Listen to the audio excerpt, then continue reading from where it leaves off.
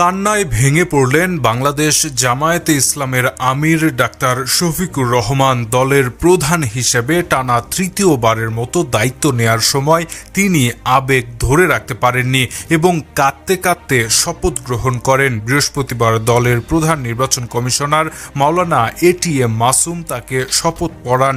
এ সময় জামায়াতের সিনিয়র নেতারা উপস্থিত ছিলেন।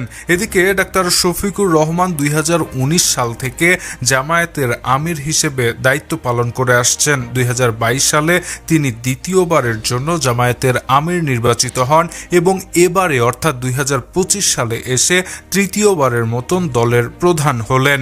জামায়াতে ইসলামের ইতিহাসে এর আগে মাত্র দুজন নেতা টানা 3 বার আমির হয়েছিলেন।